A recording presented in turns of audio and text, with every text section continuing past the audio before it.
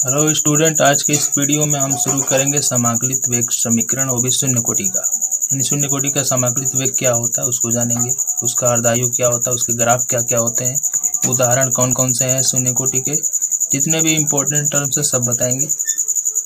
हाँ, तो अब होता है कि पहले समाकलित वेग समीकरण क्या है इसके बारे में जान लें। हम लोग अवकलित वेग समीकरण के बारे में अभी जितना पढ़े सब अवकलित था, सब अवकलन वाला था, यानी dy/dx वाला जो आप मैथ में पढ़ते हैं अवकलन। लेकिन अवकलन क्या होता है, छोटे समय अंतराल के लिए होता है, बहुत छोटा परिवर्तन के लिए। छोटा परिवर्तन में हमेशा समस्या आती रहती है, इसलिए उसके समाधान के लिए समाकलन किया जाता है समीकरण का। और समाकलित जो भी समाकलन होता है वो बड़े परिवर्तन, छोटे परिवर्तन हर के लिए लागू हो जाता है। अब यहाँ पे कुछ विशेष बातें हैं, उसको मैं लिख देता हूँ पहले। यहाँ पे मैंने एक डिटेल में सारी बातें लिख दी है, जिसको केवल समझना है, याद करने का चिंता नहीं करना, समझते चलिए। सांद्रता पर आधारित वेग अभिक्रिया के वेग को क्या कहा जाता है? अवकल वेग समीकरण। मतलब हमने जितना भी अभी पीछे पढ़ा वो सब अवकल वेग समीकरण था, क्योंकि वो सब r बराबर k, a पे पावर x, b पे पावर y पढ़े ना r, तो उसी वो अवकल वेग समीकरण था, जिसको हम लोग -dr/dt करके भी लिख सकते थे। ठीक, तो सांद्रता पे आधारित अभिक्रिया का वेग को अवकल वेग समीकरण कहते हैं, या वो होता है अवकल वेग समीकरण ही होता है। फिर आगे बता रहा है कि तत्कालिक वेग का निर्धारण। जो अवकल वेग समीकरण होता है वो हमेशा तत्कालिक वेग को बताता है, जिसमें dy/dx लगा रहता है या dr/dt।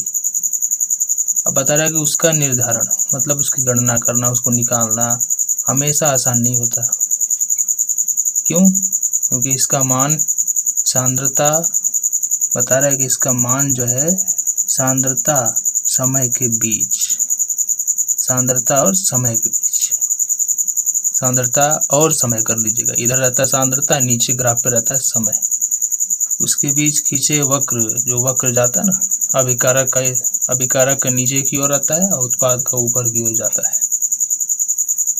बीच खींचे वक्र के टी बिंदु पर किसी समय पर, टी बिंदु मतलब किसी समय टी पर खींची गई स्पर्श रेखा का ढाल मापकर किया जाता है।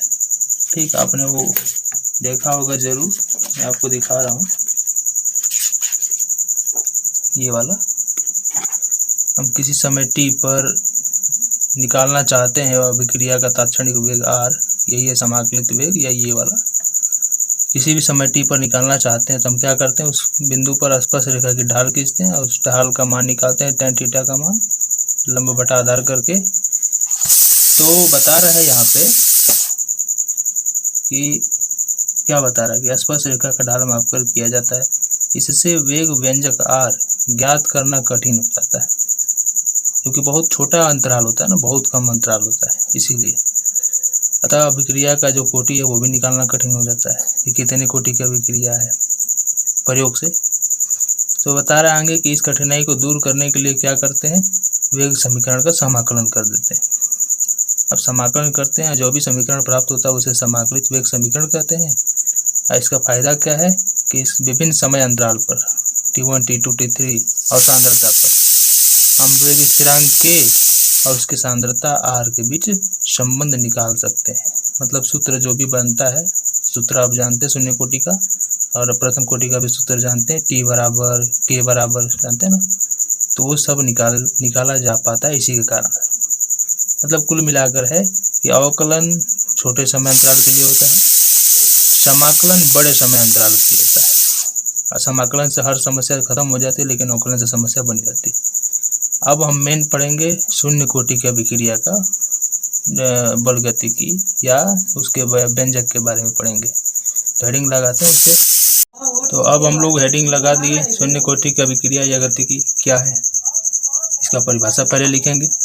शून्य कोटि की अभिक्रिया क्या है, तो आप क्या जानते हैं कि जो अभिक्रिया वेग होता है r बराबर k, a पे पावर x, b पे पावर y, अगर उन x और y का मान 0 हो तो वही शून्य कोटि की अभिक्रिया हो जाती है। यानी जिस अभिक्रिया का वेग सांद्रता अभिकारक के सांद्रता घात के शून्य घात के समानुपाती। ठीक, इस बात को लिख देते हैं। तो यहाँ पे हमने लिखा ऐसी अभिक्रिया जिसका वेग अभिकारक की सांद्रता के शून्य घातांक के समानुपाती होता है, शून्य कोटि की अभिक्रिया कहलाती है। कहने का मतलब जैसे मान लीजिए उदाहरण से समझते हैं, आर अभिकारक है और जो उत्पाद बना रहा है पी प्रोडक्ट, आर से रिएक्टेंट, पी से प्रोडक्ट। तो इसका आप आर लिखेंगे तो आर कैसे लिखेंगे, के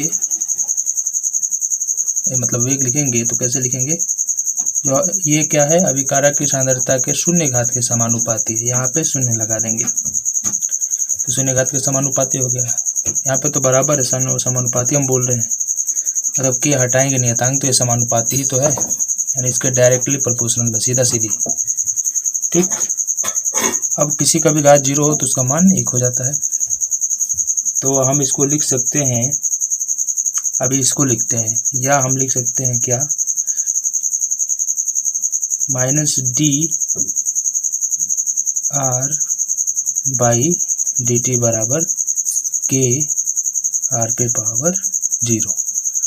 अभी इस तरह लिखेंगे, मतलब ये अवकलित वेग होता है, अवकलित, इसलिए इसको minus D R by D T लिखते हैं, यानी अभिकारक को हम इस रूप में लिख देंगे। अभिकारक की सांद्रता की दर में परिवर्तन को वेग कहा जाता है ना। तो क्योंकि अभिकारक की सांद्रता घटती है इसलिए यहाँ पे हमेशा माइनस आता है। यह सांद्रता, उसमें परिवर्तन की दर dt से दिखाया जाता है। अब इसका घात 0 है तो ये खत्म कहानी, इसका केवल के बचेगा। इसी बात को आगे लिखते हैं हम लोग। फिर आगे कैसे लिखेंगे, dt को फिर यहाँ पे भेज देंगे, तो या हम लिख सकते हैं minus D R by D T, गलती कर दिया, इधर के टी को इधर भेज देना चाहिए था हमें। तो चलिए इस बात को काट देते हैं, यहाँ पे लिख देते हैं के डी टी। ठीक, समझ रहे हैं बात को।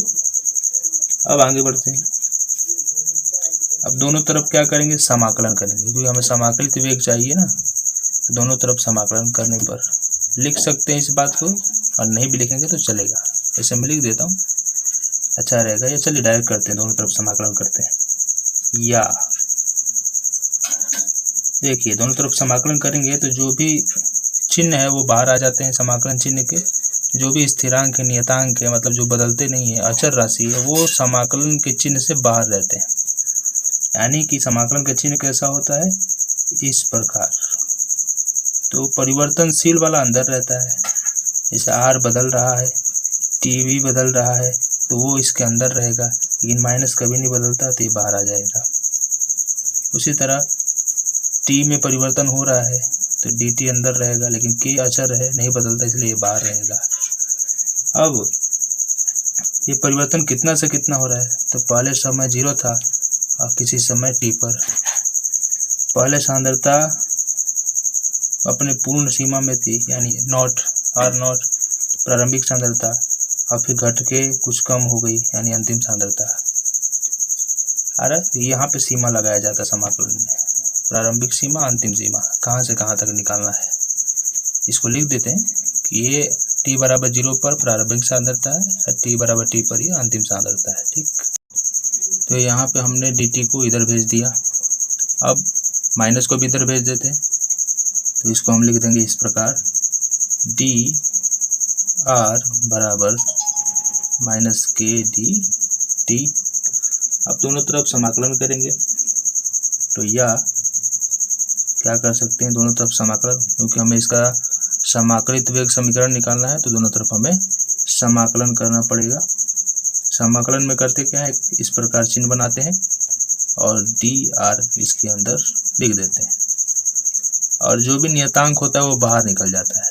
जो भी नियतांक है, स्थिरांक है, जिसका मान बदलता नहीं, अचर है, नियत है, जैसे माइनस है, तो ये भी एक नियत राशि है, माइनस भी के एक नियत मान होता है।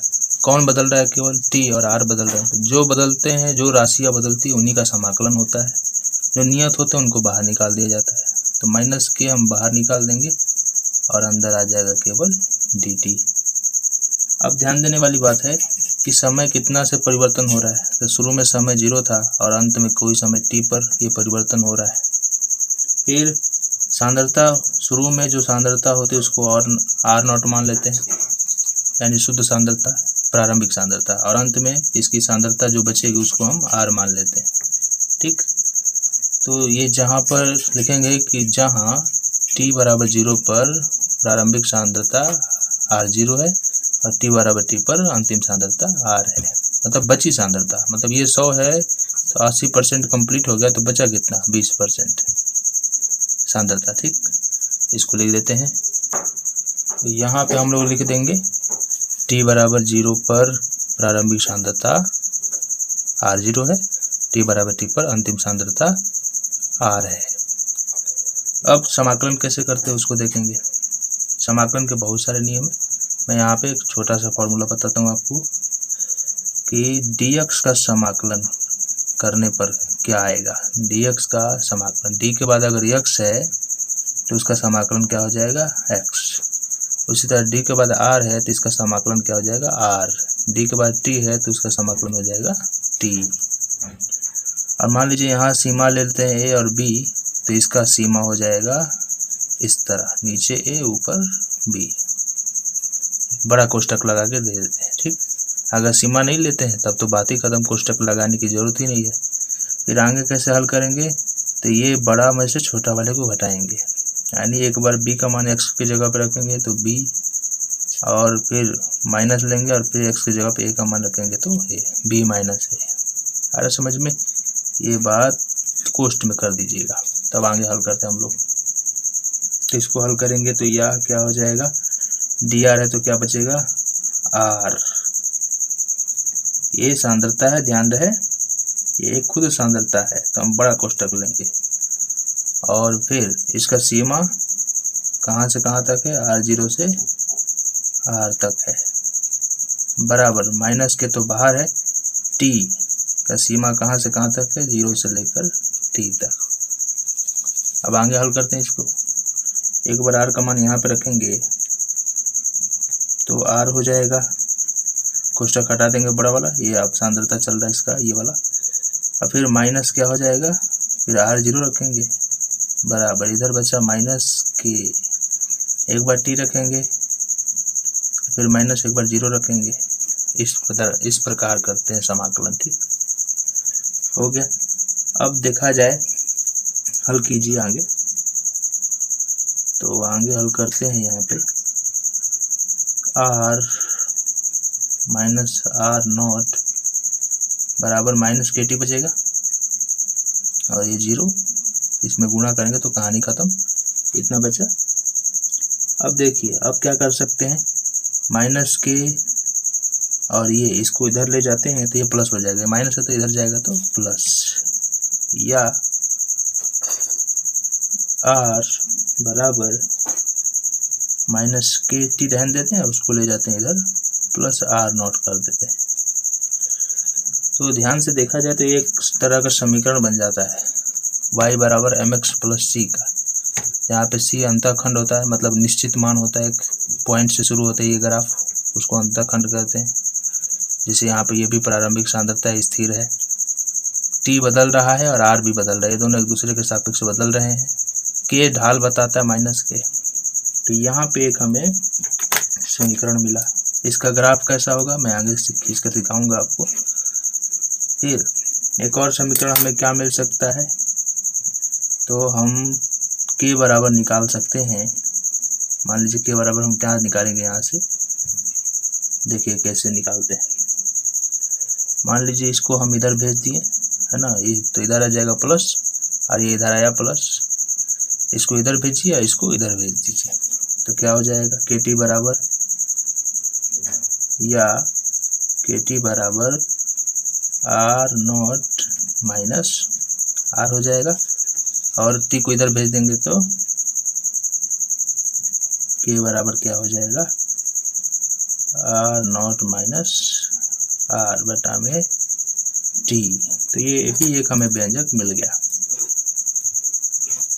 शून्य कोटि अभिक्रिया का व्यंजक। ठीक, अब देखिए कई किताबों में क्या होगा कि यहाँ पे आपको a दे देगा, A0 माइनस a बटा t, तो वो भी सही है, वो भी आप यूज कर सकते हैं। यहाँ पे मैंने NCERT का उठा लिया और उसने R दिया था इसीलिए, तो उससे कोई दिक्कत होने वाली बात नहीं है। हाँ, याद रखना इसलिए ज़रूरी है क्योंकि एग्ज़ाम में कभी कभी इसके जगह पे वही दे देता है।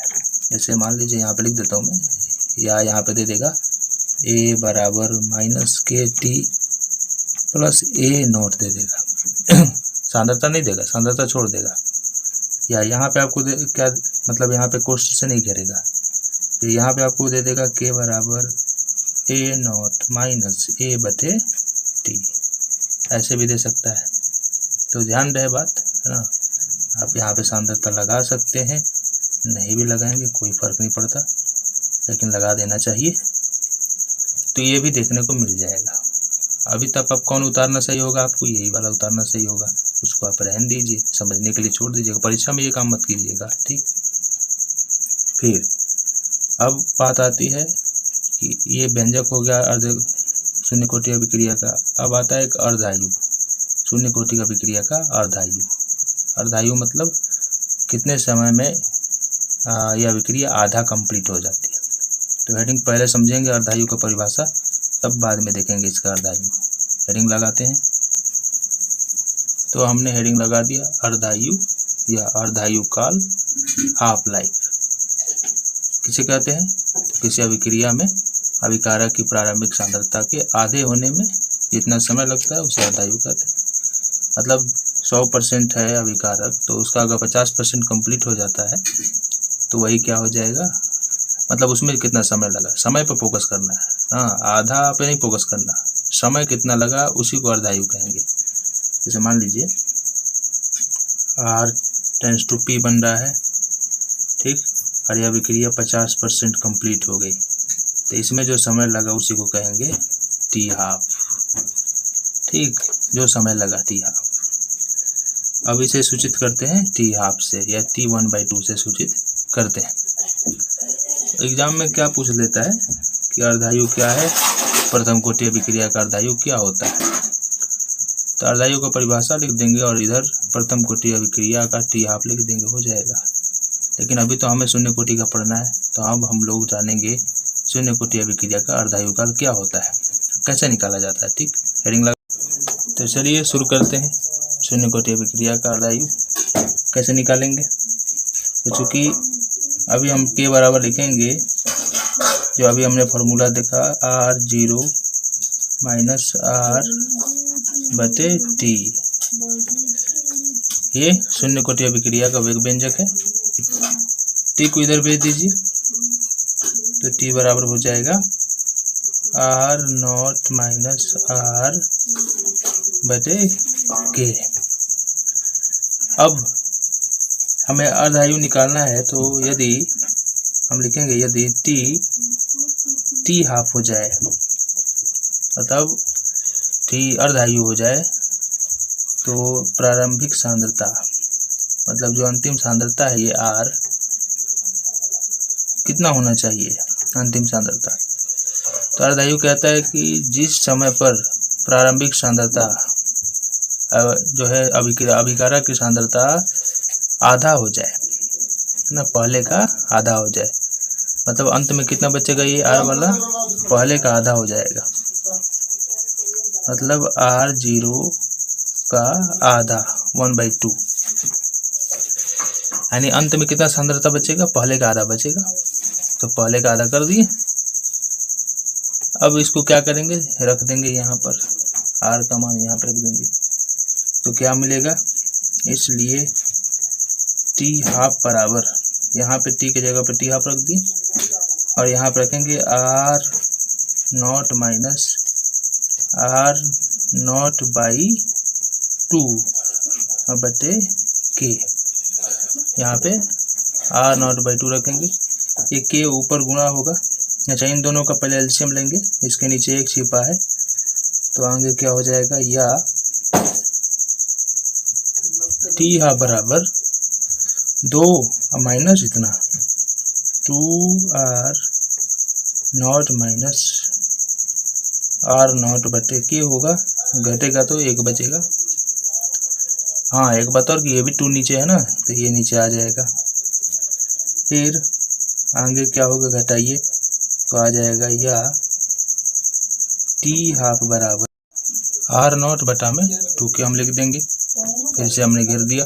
अब समझिए, यहाँ पे हमें फाइनल अर्धायु मिल गया शून्य कोटि अभिक्रिया का टी हाफ बराबर होता है आर नॉट बटा में 2k। या आपको कभी कभी इस तरह भी देखने को मिल जाएगा, ए नॉट बटा में 2k। कई सारी किताब ए नॉट का प्रयोग कर देती है, उससे कोई दिक्कत नहीं है। ठीक, आप इसको ही लिखेंगे परीक्षा में, इसे भी लिख सकते हैं, कोई दिक्कत नहीं। ये ऑप्शन में आपको काम आ सकता है ऑब्जेक्टिव में। अब हम यहाँ पे क्या देख रहे हैं, एक विशेष बात, जो टी हाफ है वो अभी प्रारंभिक सांद्रता के सीधा सीधी समानुपाती होता है और वेग स्थिरांक के व्युत्क्रमानुपाती होता है, उल्टा नीचे। इसी बात को हम लोग लिख देते हैं। तो यहाँ पे हम लिखेंगे अतः शून्य कोटि अभिक्रिया का टी हाफ अभिकारक की प्रारंभिक सांद्रता के समानुपाती और वेग स्थिरांक के व्युत्क्रमानुपाती होता है। यानी कि जो टी हाफ है, यहाँ पे लिख के और समझाता हूँ मैं क्लियर से, टी हाफ जो है डायरेक्टली प्रोपोर्शनल है आर नॉट के। यह आपको कभी कभी इस तरह भी देखने को मिल जाएगा, T half is directly proportional ए। परीक्षा में आपको ए लिख के भी दे देता है ऑप्शन में, तो ध्यान रहे, ए लिखे चाहे कुछ भी लिखे, आप इसको प्रारंभिक सांद्रता ही समझे। और किसके व्युत्क्रमानुपाती होता है टी हाफ, तो व्युत्क्रमानुपाती होता है 1/k। 2 छिप गया है, 2 भी समानुपाती, वो भी स्थिरांक है तो हटा देंगे, या 2k लिख सकते हो, उससे कोई फर्क नहीं पड़ता। आ रहा है, तो ये दोनों आपको काम आएगा परीक्षा में, ऑप्शन सहित ऑप्शन वाले में काम आएगा। ठीक, इस पे ध्यान दे ज़्यादा, ये ज़्यादातर पूछ लेता है। या इसको आप डायरेक्ट इस तरह भी दे सकता है आपको, इसलिए T half is directly proportional A into 1/k या समानुपाती 1/k, इस तरह दे सकता है। ठीक, तो ध्यान रहे, टी हाफ ए के डायरेक्टली प्रोपोर्शनल है और 1/k के प्रोपोर्शनल है, या k के इनडायरेक्टली प्रोपोर्शनल है, इस तरह। तो इस बात को ध्यान रखिए, सब ऑब्जेक्टिव में काम आ जाते हैं। अब हम लोग क्या जानेंगे, अब हम लोग जानेंगे शून्य कोटि अभिक्रिया का ग्राफ। विभिन्न स्थितियों में क्या क्या ग्राफ हो सकता है, यहाँ से भी एग्जाम में एक सवाल उठा देते हैं क्वेश्चन, तो हेडिंग लगाते हैं ग्राफ।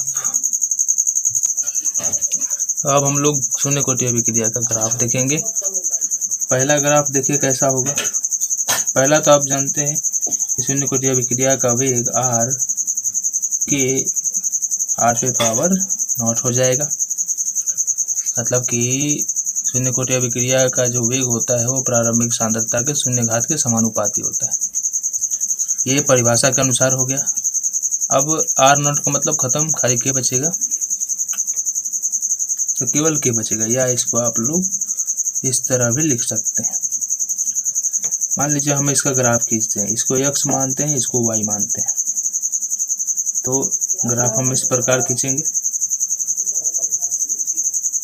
ये है y अक्ष, ये है x अक्ष, ये है y वाला। यहाँ पे लेते हैं r x का मान और ये y का मान r। तो हम क्या देख रहे हैं कि ये जो है अभिकारक के प्रारंभिक सांद्रता पर निर्भर नहीं करता है, सांद्रता पर निर्भर करता ही नहीं है शून्य कोटि अभिक्रिया का वेग, क्योंकि ये शून्य घात के समानुपाती होता है। मतलब कि अभिकारक का सांद्रता हम कितना भी लें, अभिक्रिया का वेग हमेशा क्या रहता है, k रहता है, नियत रहता है, हमेशा नियत रहता है, स्थिरांक। तो मान लीजिए एक पॉइंट पर अगर k का मान यहाँ पर कुछ है 0 पर, अगर वेग k है तो आगे 10 मान लीजिए कि 10 मोल प्रति लीटर लेते हैं तब पर भी k रहेगा, फिर 20 लेते हैं तब पर भी उतना ही रहेगा, 30 लेंगे तब पर भी उतना ही रहेगा, 40 लेंगे तब पर भी। मतलब कि अभिक्रिया का वेग बदलने वाला नहीं है, एक नियत वेग से नियत ग्राफ जाएगा सीधा समांतर, यानी एक्स अक्ष के समांतर ग्राफ होगा। अगर समझ में बहुत ही विशेष बात है, ध्यान रहे इस बात को, ये ऑब्जेक्टिव में या परीक्षा में बहुत काम आएंगे आपको। या आप एक और ग्राफ खींचिए। अब आप इस अभिक्रिया का वेग r और समय t के बीच ग्राफ खींचिए। तो समय चाहे कुछ भी हो, कितना भी बढ़े, हमेशा इसका मान नियत होगा, क्योंकि शून्य कोटि की अभिक्रिया हमेशा नियतांक होती है, प्रारंभिक सांद्रता से कोई लेना देना और ना ही समय से लेना देना रखती। तो इसका भी ग्राफ कैसा जाएगा, वाई एक्स अक्ष के समांतर। ये पहला ग्राफ था। दूसरा ग्राफ क्या हो सकता है, दूसरा ग्राफ होगा ये वाला फॉर्मूला पर, आर बराबर आर नॉट माइनस के टी, या इसको हम किस तरह लिख सकते हैं, इसको इधर भेजेंगे तो के बराबर आर नॉट माइनस आर बटा में टी। ये वाला ग्राफ भी हम खींच सकते हैं। इसको इस तरह खींचिए चाहे इस तरह, बात एक ही है। तो परीक्षा में ये भी देगा तो इसका भी ग्राफ है, इसका दोनों का एक ही ग्राफ होगा, अलग अलग नहीं होगा। ठीक, ये वाला से ही हम खींचेंगे क्योंकि यहाँ पर ही y बराबर एम एक्स का फॉलो कर रहा है। यहाँ पे ये x का मान है, ये y का मान है। तो चूंकि y बराबर एम एक्स से एम एक्स प्लस सी होता है, तो हम इसको ध्यान दें, चूंकि सरल रेखा का समीकरण y बराबर एम एक्स प्लस सी से, सरल रेखा का समीकरण y बराबर एम एक्स प्लस सी से क्या होगा, y का मान हो जाएगा आर, एम एक्स का मान हो जाएगा माइनस के टी और प्लस सी का मान हो जाएगा आर नॉट। बस इसको आगे कर दिया, इसको पीछे कर दिया और कोई फर्क नहीं पड़ता है ना। अब जैसे जैसे आर टी का मान बढ़ाएंगे, एम क्या होता है, ढाल होता है, सी क्या होता है, अंतःखंड। ढाल जो उसके झुकाव को बताता है, सी अंतःखंड को बताता है। मतलब एक्स का मान रखेंगे पहले बार 0 तो सी बचेगा, यानी जहाँ से ग्राफ शुरू होगा इस पॉइंट से, उसी को अंतःखंड सी कहा जाता है। जैसे इसका ग्राफ कैसा होगा, ग्राफ खींच आपको दिखाता हूँ।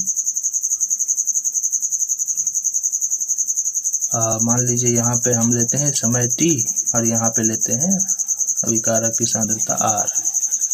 अब t का मान 0 लेंगे, एक बार यहाँ पे 0 तो ये खत्म हो जाएगा, r नॉट बचेगा। इस पॉइंट पे r नॉट बचेगा। जिस पॉइंट पे r नॉट बचा, यही पॉइंट को कहा जाता है c अंतःखंड। और जैसे जैसे हम t बढ़ाते जाएंगे, बढ़ाते जाइए, t बढ़ाते जाइए, 0 रखिए फिर 1 रखिए, ये तो फिक्स है। मान लीजिए 10 है प्रारंभिक सांद्रता, तो ये तो घटेगा बढ़ेगा है नहीं, अपने नियत मान पे रहेगा। लेकिन जैसे जैसे टी बढ़ाएंगे ये घटता चला जाएगा। पहले 10 था, हमने 0 किया तो 10 आया, 1 किया तो 9 हो जाएगा घट के इसका मान। फिर इसको 2 करेंगे तो 8 बचेगा। फिर ये 10 है, इसमें से 2 घटा दिया, 8 बचा। फिर इसको फिर 3 घटाएंगे तो 7 बचेगा। फिर जैसे जैसे बढ़ाते जाएंगे वैसे वैसे आर का मान घटता चला जाएगा। कुल मिला के जैसे जैसे टी का मान बढ़ेगा वैसे वैसे आर का मान नीचे आता चला जाएगा, यानी ग्राफ किधर की ओर भागेगा, नीचे की ओर भागेगा। ठीक, इसके किसी भी पॉइंट पे जो थीटा हम निकालेंगे, थीटा इसको हम लोग tan थीटा बोलते हैं, यही ढाल हमें देता है, tan थीटा ही ढाल देता है। ये ढाल किसके बराबर होगा, जो टी के आगे है m का मान, यानी माइनस के ही ढाल हो जाएगा। ढाल का मतलब क्या होता है, ढाल का मतलब होता है कि कितना लंबा है, कितना आधार है ना, चौड़ा, कितना आधार है, कितना ऊंचाई है, उसी को ढाल कहा जाता है। मतलब कि हमें इसके tan थीटा का पता चलता है, लंब बटे आधार का। ढाल से हमें क्या क्या जानकारी मिल सकती है कि भाई, इसको हम समझेंगे। इसके बारे में मैं एक बार और बताया हूँ कि हम ढाल बराबर जानते हैं tan थीटा, और tan थीटा बराबर जानते हैं लंब बटे में आधार। जितना ज़्यादा लंब अधिक होगा उतना ही tan थीटा अधिक हो जाएगा, है ना। ढाल का मान ज़्यादा ढलान होगा, और जितना ही आधार ज़्यादा होगा ढलान कम होता चला जाएगा, क्योंकि आधार बढ़ने पर ये व्युत्क्रमानुपाती है नीचे है ना, तो यह ढाल को घटाएगा। तो आधार बढ़ेगा तो ढाल घटेगा। यही कारण है कि ढाल हम क्यों निकालते हैं, बस ग्राफ कैसा होगा, ग्राफ बड़ा होगा छोटा होगा, ढलान ज़्यादा होगा कम होगा, इसलिए ढाल निकालते हैं। ठीक, अब तीसरा ग्राफ हम लोग देख लेते हैं। तीसरा ग्राफ हम लोग अर्धायु का देखेंगे, t हाफ बराबर r नॉट बाई 2 के। तो क्या होगा, यहाँ पर ग्राफ खींचेंगे, ये है x का मान, तो r0 यहाँ पे ले लीजिए। ये है y का मान, तो t12 यहाँ पे ले लीजिए। क्या देख रहे हैं कि ये डायरेक्टली प्रोपोर्शनल है, समानुपाती है ना। तो समानुपाती है यानी जैसे जैसे प्रारंभिक सांद्रता अधिक होगी, जितना अधिक होगा उतना ही ये अधिक होगा, क्योंकि सीधा सीधी समानुपाती है। मतलब कि जैसे इसका मान बढ़ेंगे वैसे इसका मान बढ़ता जाएगा। यानी 0 है तो 0 रहेगा, 10 करेंगे तो ये भी कुछ बढ़ेगा, फिर आगे बढ़ेंगे ये भी बढ़ेगा, आगे करेंगे ये भी बढ़ेगा। यानी ग्राफ कुछ इस प्रकार जाएगा।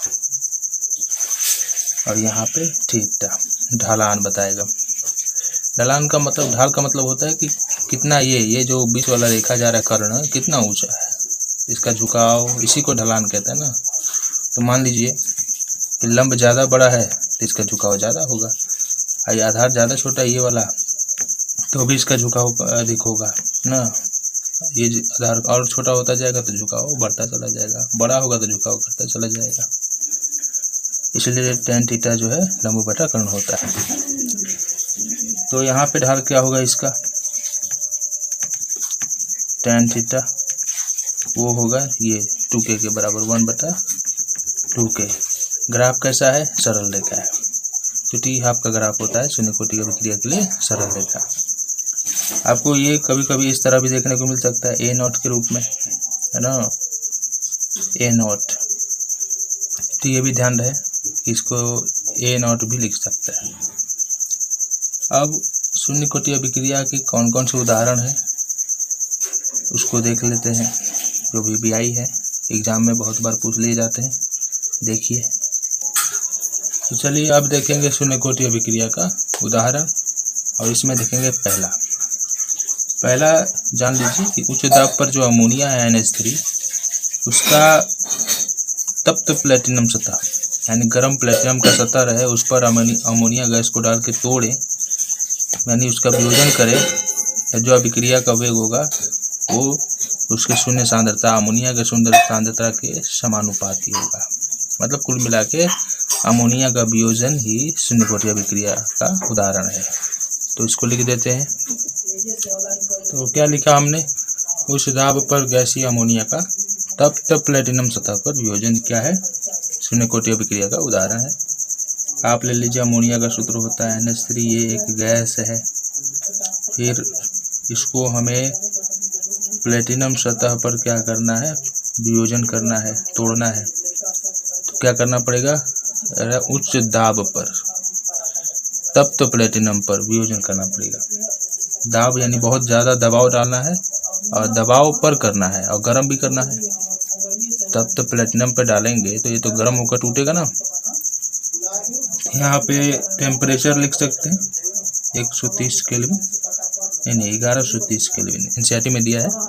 या आप यहाँ पे डेल्टा भी लगा सकते हैं। डेल्टा क्यों लगाया जाता है, वो परिवर्तन के लिए दिखाया जाता है। परिवर्तन मतलब अब जनरली कुछ लोग कहेंगे कि ताप के लिए भी दिखाया जाता है डेल्टा ताप गर्म को दिखाता है या टेम्परेचर को दिखाता है।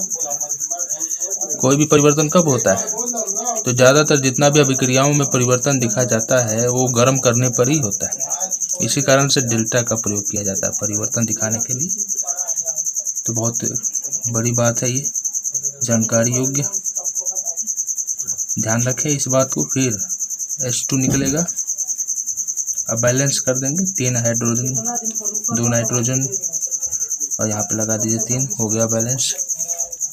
कुल मिला के मेरा बताने का मतलब है कि इसका R क्या होगा, NH3 के शून्य सांद्रता के समानुपाती होगा, क्योंकि ये शून्य कोटि अभिक्रिया का उदाहरण है। इसलिए डायरेक्ट इसको आप एकदम याद कर लीजिए।